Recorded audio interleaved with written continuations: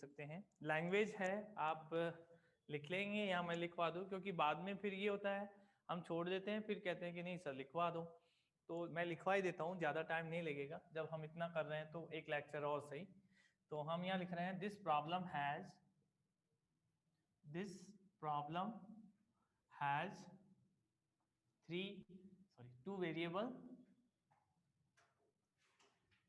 two variables and three constants.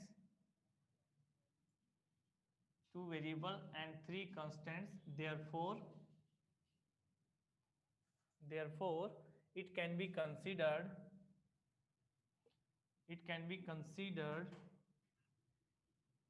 as a two-stage problem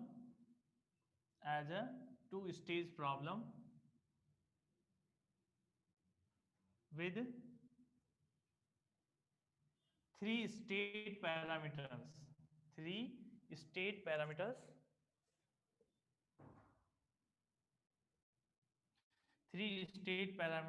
at each stage।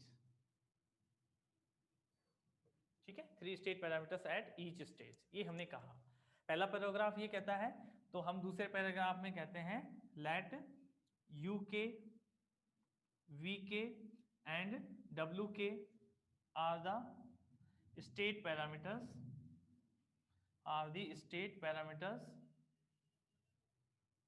at each stage and f k of uk, vk and wk denotes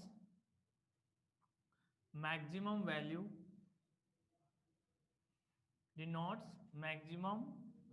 of the objective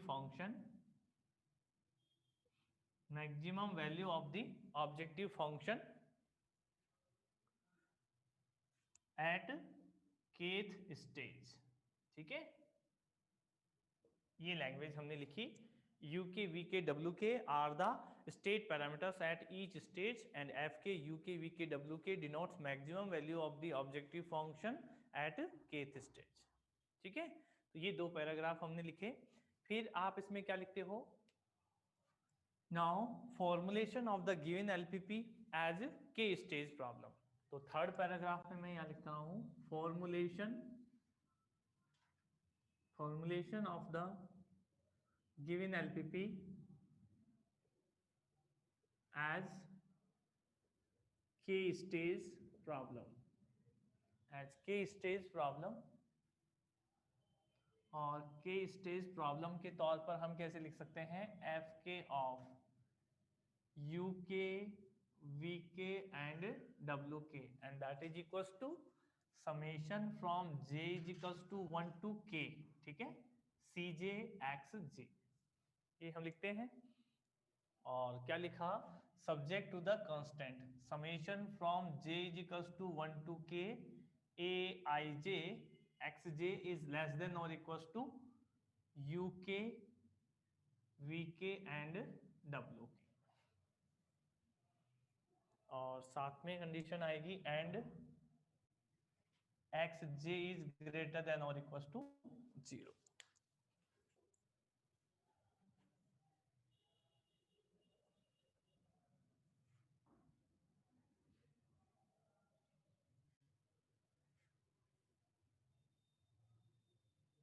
एक minute row and column.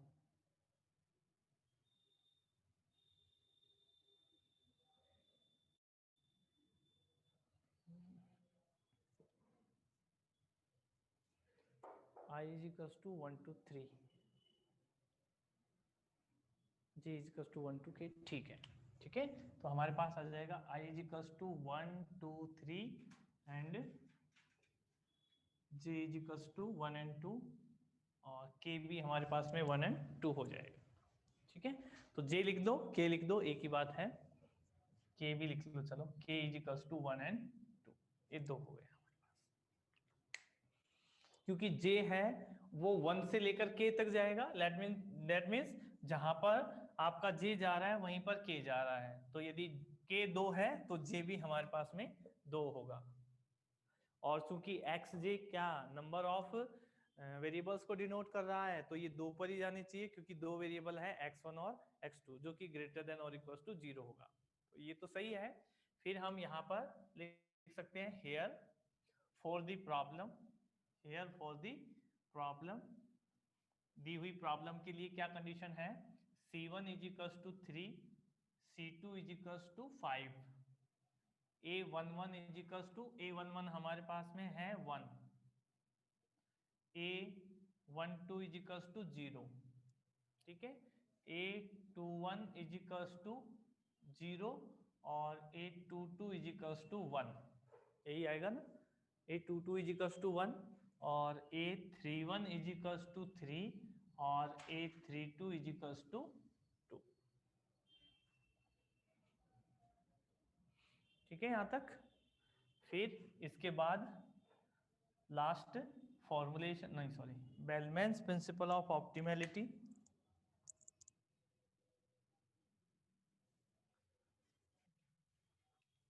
बेलमैन्स principle of optimality,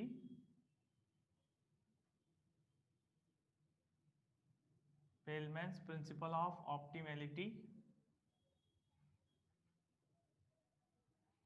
as a recurrence relation, as a recurrence relation, ठीक है। तो ये तो basic सी theory हमें लिखनी होती है। तो एज अ रिकरेंस रिलेशन हम कैसे लिखेंगे इसमें, formulation F K of U K V K and W K and that is equals to, and that is equals to maximum of X K, maximum of X K, maximum of X K immediate return C K X K plus F of K minus 1 U K, sorry U K minus का A 1 के, 1 के या 2 के, 2 के, ए 2 के X के, ठीक है, और 1 के, 1 के आएगा, 1 2 आएगा दूसरे स्टेज में, 1 के आएगा, ठीक है। u के माइनस का a1 के x के, v के माइनस का a2 के x के, 1 के आएगा यहाँ भी, 2 के आएगा, ठीक है।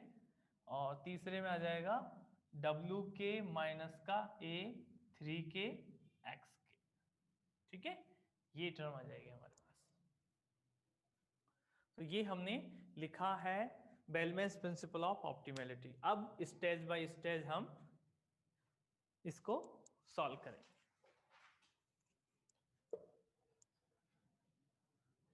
तो ये तो हमारी एक तरीके से थ्योरी हो गई इसके बारे में। अब कैलकुलेशन स्टार्ट करते हैं।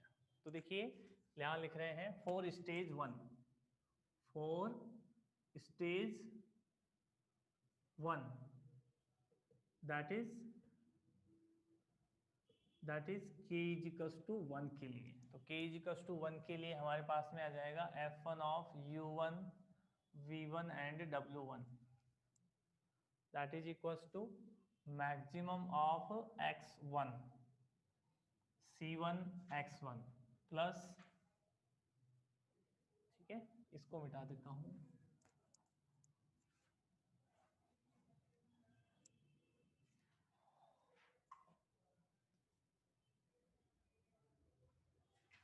ठीक है।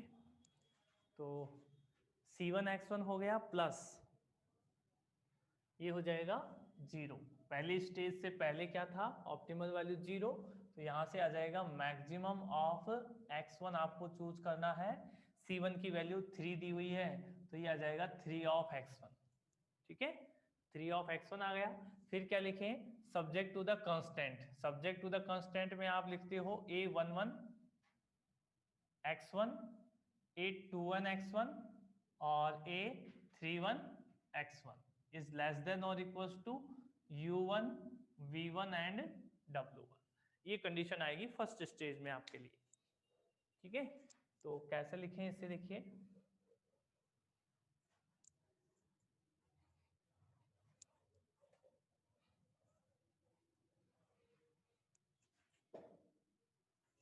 यहाँ पर ये आएगा पहले वाली A11, A11 is equal to 1, that means x1, A21 is 0, तो 0 डॉट x1, और A31 इज 3x1 इज लेस देन और equal to U1 V1 and W1। ये हमने लिखा, तो हमारे पास में वैल्यू थी वो यही थी।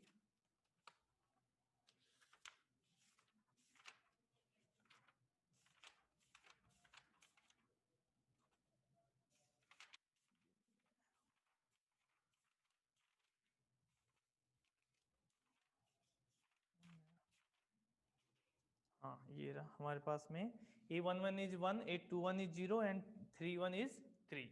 ये आ गई आपके पास U1 V1 W1।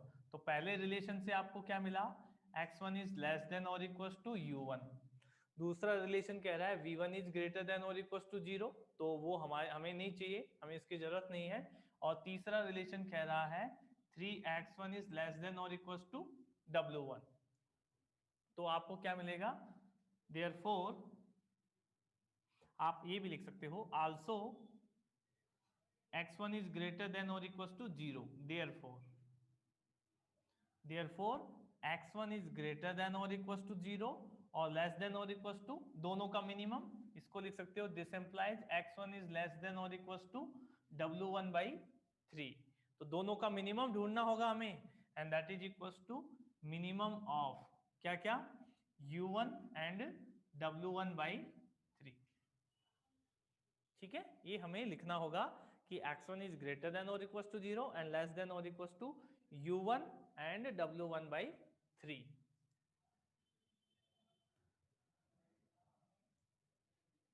ठीक है, तो देखो आप क्या लिखें, now the problem is, now आपकी जो प्रॉब्लम क्या बन गई है कि f1 of U1 V1 W1 and that is equal to maximum of x1, और ये आपके बराबर हो गई 3x1। ठीक है, 3x1, और चाहो तो यहाँ लिख सकते हैं वेयर, ऊपर लिख देता हूँ दिखेगा नहीं, where x1 is greater than और इक्वल टू 0 और लेस देन और equal to minimum of U1 comma W1 upon 3। ये कंडीशन आ गई आपके पास में। ठीक है, तो अब क्या करना है, ये हमारा डिफरेंशिएट करोगे 3x1 को, तो 3 आएगा जो कि पॉजिटिव है, दैट मीन्स इंक्रीजिंग फंक्शन है हमारा, ग्रेटर देन 0 है, इंक्रीजिंग फंक्शन है, और इंक्रीजिंग है तो इसकी मैक्सिमम वैल्यू x1 की मैक्सिमम वैल्यू के लिए मिलेगी। तो आपको मिलेगा then f1 of U1 V1 W1 is equal to कितना हो जाएगा, इसकी मैक्सिमम वैल्यू ले ली, और and that 3 dot minimum of U1 and W1 by 3, U1 and W1 by 3।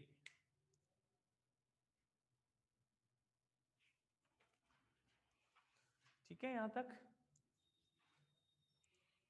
अब फर्स्ट स्टेज पर ऑप्टिमल वैल्यू लिख दे, where x1 star is equal to minimum of U1 and W1 upon 3 is the optimal policy,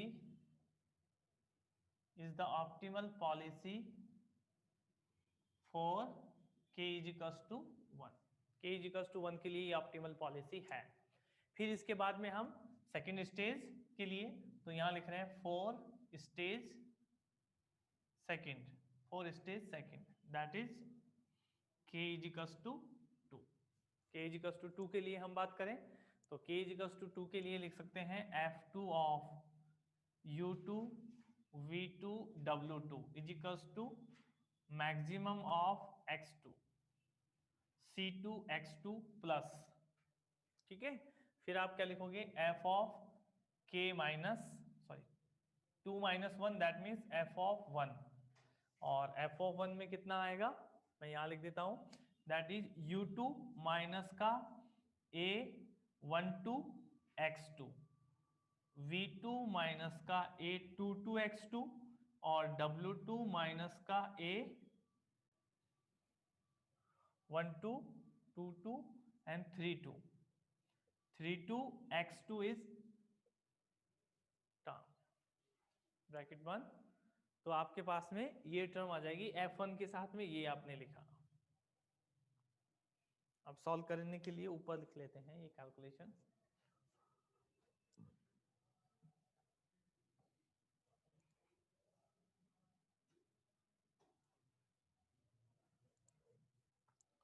तो क्या आएगा देखिए इसके लिए,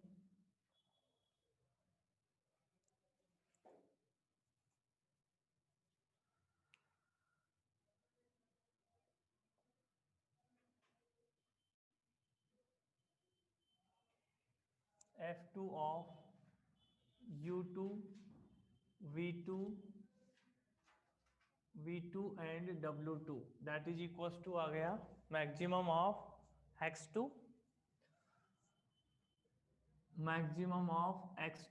C2 की वैल्यू हमें दी हुई है 5।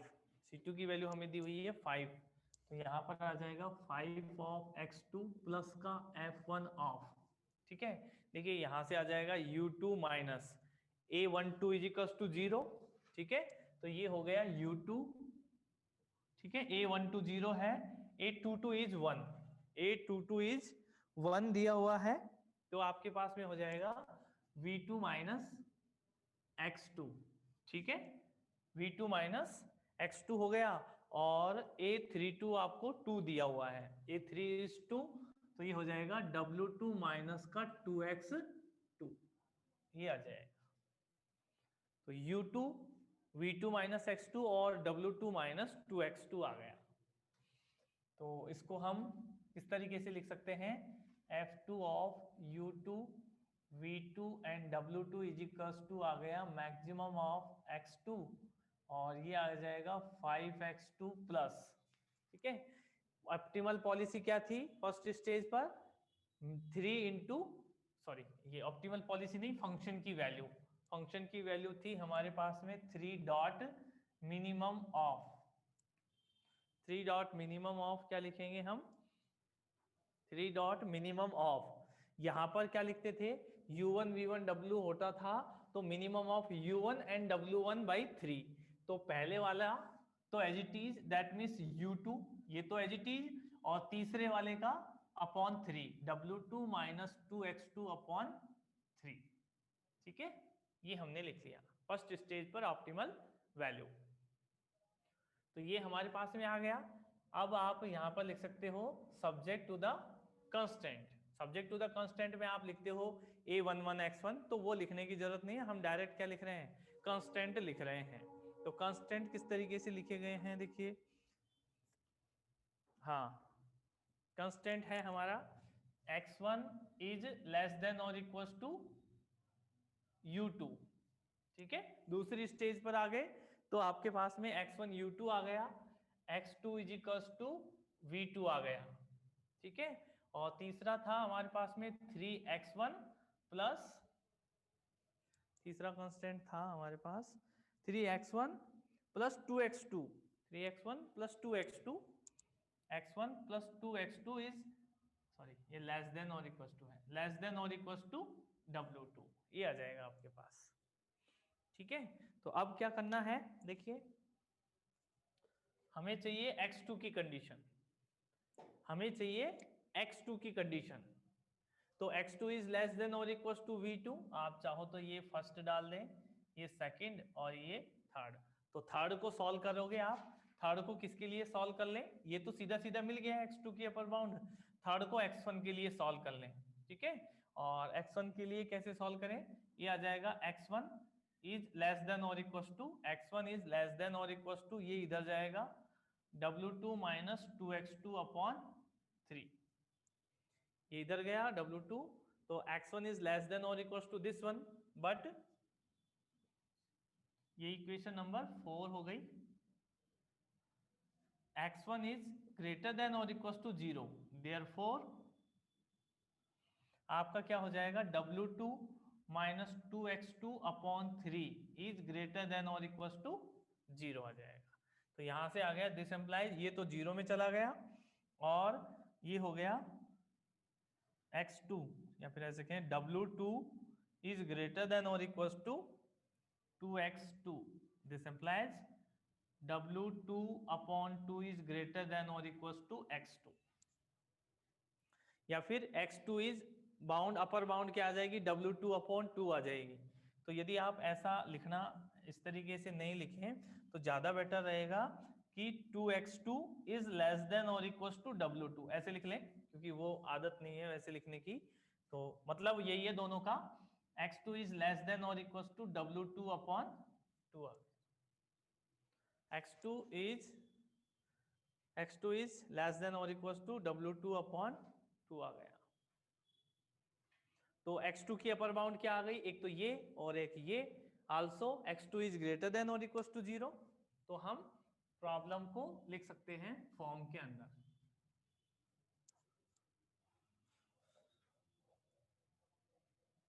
तो नाउ प्रॉब्लम इज, हम लिखेंगे नाउ,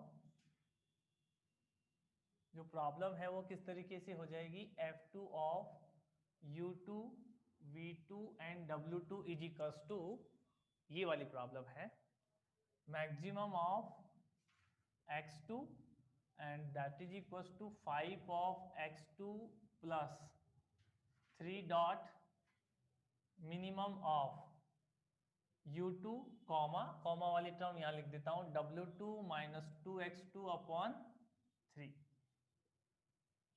ठीक है, ये हमने लिखा। और यहां लिख सकते हैं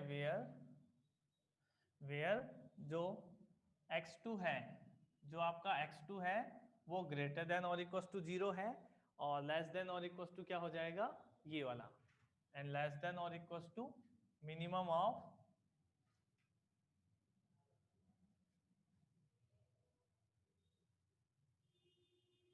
V2 and W2 upon 2, minimum of V2 and W2 upon 2, ये आ जाएगा आपके पास।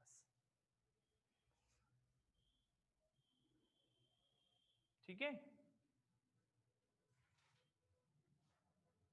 लिख सकते हैं बेटा, कोई प्रॉब्लम नहीं है, आप लिख दो, लेकिन यहीं पर लिखोगे, फिर इसके लिए दोबारा से अलग से पुट करना पड़ेगा।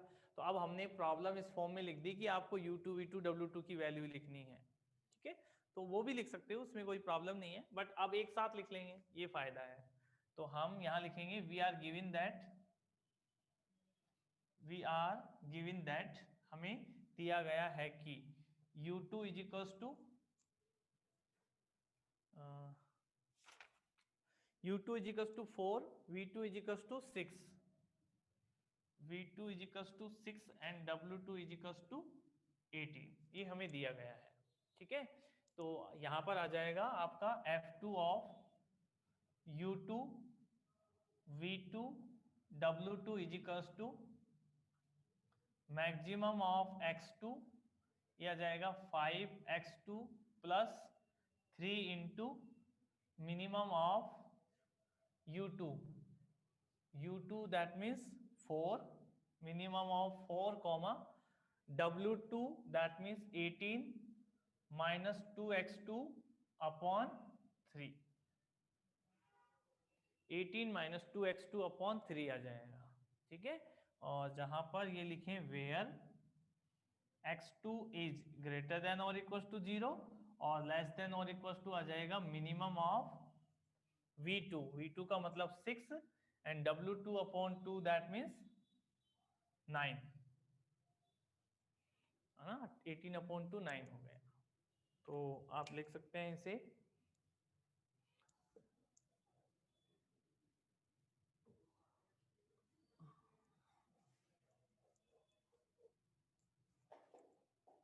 तो यहां से आ जाएगा x2 इज ग्रेटर देन और इक्वल्स टू 0 और लेस देन और इक्वल्स टू आ गया minimum of 6 and 9 that means 6, ये आपके पास में आ गया।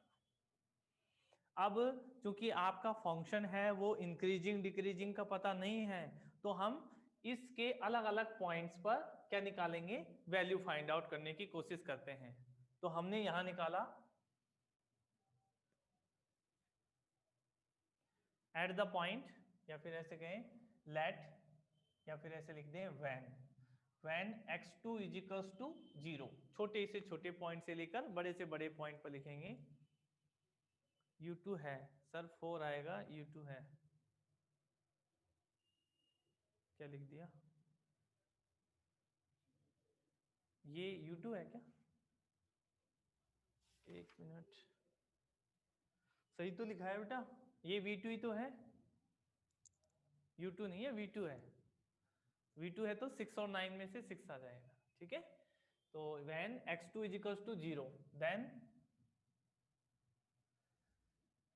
f2 of u2 v2 and w2। जब आप x2 बराबर 0 ले रहे हैं तो f2 of u2 v2 w कितना आ जाएगा, देखिए मैक्सिमम ऑफ x2 हमने चूज किया और ये कितना हम लिख रहे हैं 5 इंटू 0, x2 की वैल्यू 0 पुट कर दी, प्लस 3 डॉट मिनिमम ऑफ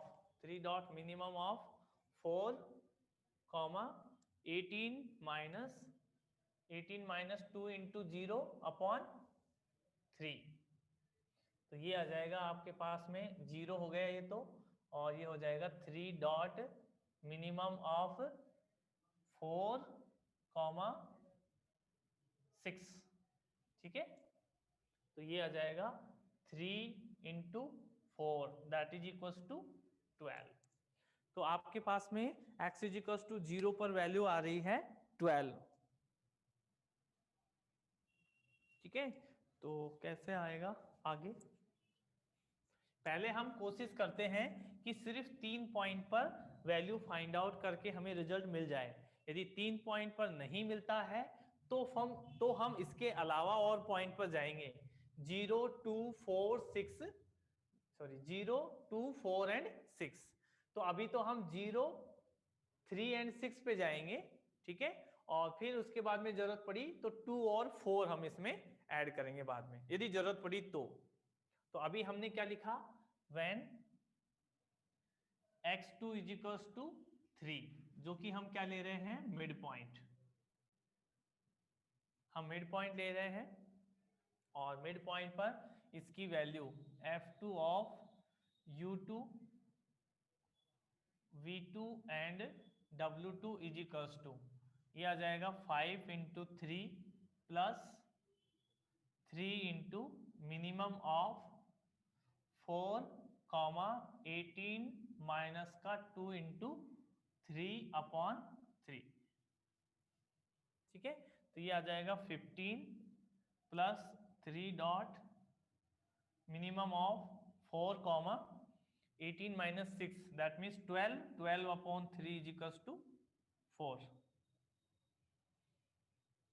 12 3 4 हो गया, ठीक है। तो ये आ जाएगा 15 plus 3 into 4 that means 15 plus 12 is equals to 36, नहीं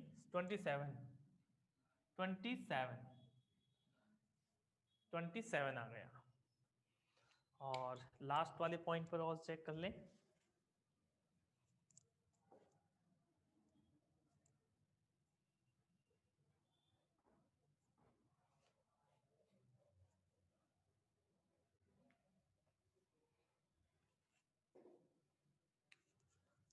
एक और वैल्यू चेक कर लें, व्हेन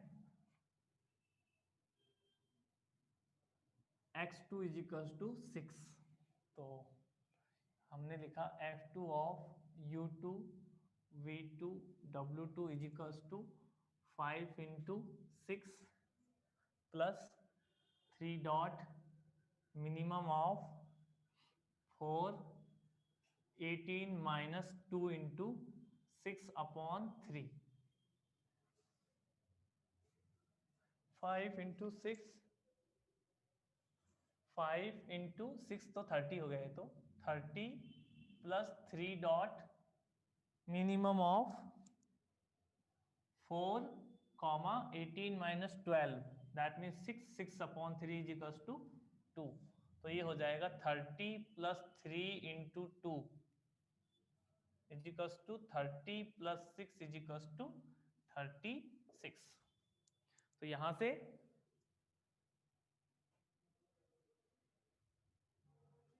इसमें x2 इजिकल्स टू 0 क्यों लिया है? 0 लिया नहीं है बेटा, हम क्या कर रहे हैं, हम वैल्यू चेक कर रहे हैं। देखो क्या हुआ था, हमने क्वेश्चन में ये कहा था कि आपके पास में जो f2 u2 v2 w आ रहा है वो इस तरीके का फंक्शन है कि आप उसमें डायरेक्टली नहीं कह सकते कि आपका फंक्शन है वो इंक्रीजिंग फंक्शन है या डिक्रीजिंग फंक्शन है।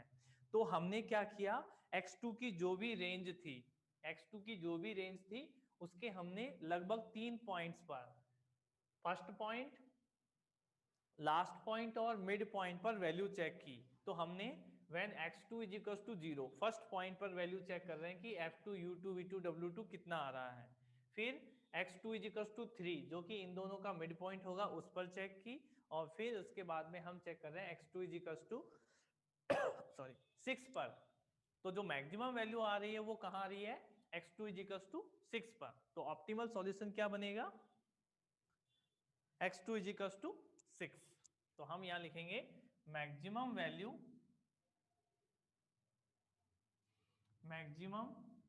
Value of f2 of u2 v2 w2 is obtained at x2 is equals to 6। ठीक है, तो ये हमने कैलकुलेट करके देखा कि maximum value x2 is equals to 6 पे आ रही है, और फंक्शन क्या हो रहा है, इंक्रीजिंग फंक्शन है 12, 27 और 36। यदि मान लीजिए क्या होता ये इंक्रीजिंग फंक्शन नहीं होता तो प्रॉब्लम थी, जैसा कि पिछले वाले में आया था। लेकिन पिछले वाले में क्या आया था कि 0 पर तो कम आया, फिर मिड पॉइंट पर ज्यादा आया, और एंड पॉइंट पर भी क्या आ गया था, कम आ गया था।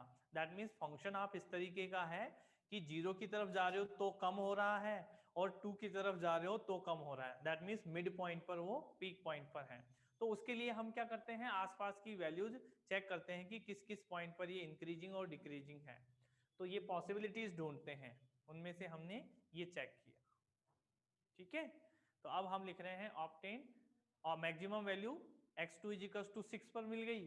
तो for the value of x1, for the value of x1, x1 की वैल्यू के लिए आपने क्या लिखा कि फर्स्ट स्टेज पर जो ऑप्टिमल वैल्यू है that means 3 into minimum of u1, sorry u1 था या u2 था, u1 and w1 by 3, 3 dot minimum of u1 and w1 by 3 that is equals to 3 dot minimum of. दूसरी stage पर जब हम थे तो फर्स्ट स्टेज की जो ऑप्टिमल वैल्यू मिली थी that is u2 minus 2x2 upon 3। ये थी u2, सॉरी क्या था, u2 and u2 sorry w2 minus 2x2, sorry w2 minus 2x2 upon 3, ये था। ठीक है, ये हमने लिखा, ये तो था u1 अपॉन 3, और ये था u2, और u2 माइनस 2x2 अपॉन 3 था। ठीक है, तो अब हम यहां से किसकी वैल्यू निकाल सकते हैं, x1 की। तो x1 की वैल्यू के लिए क्या आएगा, देखिए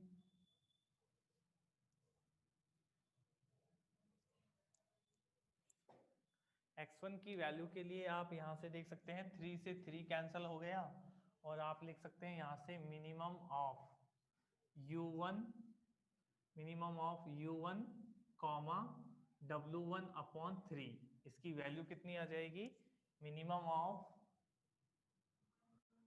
ऑफ u2 हमारे पास में दिया हुआ है, u2 इज 6, u2 हमें 6 दिया हुआ है, और w2 4, u2 6 है, 4 दिया हुआ है, हाँ u2 4 दिया हुआ है। ठीक है, u2 4 दिया हुआ है, तो ये आ गया आपके पास में 4, u2 4 दिया हुआ है, और w2 इज 18, w2 18 हमें दिया हुआ है, तो 18 लिख सकते हैं, that is 18 minus of 2 into x2, minus of 2 into 6, x2 is equal to 6 ले लिया हमने, अपॉन 3। तो ये बनेगा आपके पास में minimum of 4, 12 minus 3 is equal to 2 आ जाएगा। 18 माइनस 12 दैट मीन्स 6 और 3 से डिवाइड करेंगे तो 2 आ गया। That means minimum of 4 and 2 is 2।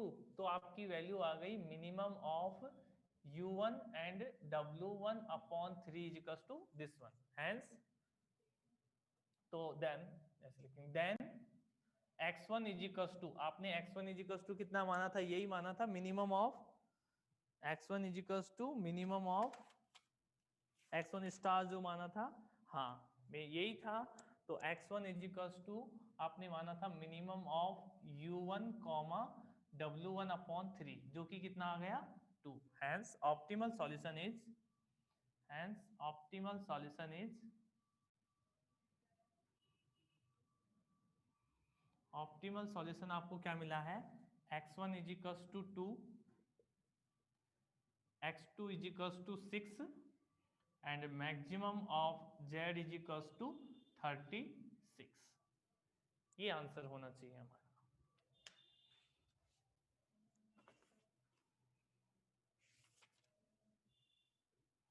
हाँ, x1 is equals to 2, x2 is equals to 6 and optimal solution of the problem with maximum of z is equals to 36।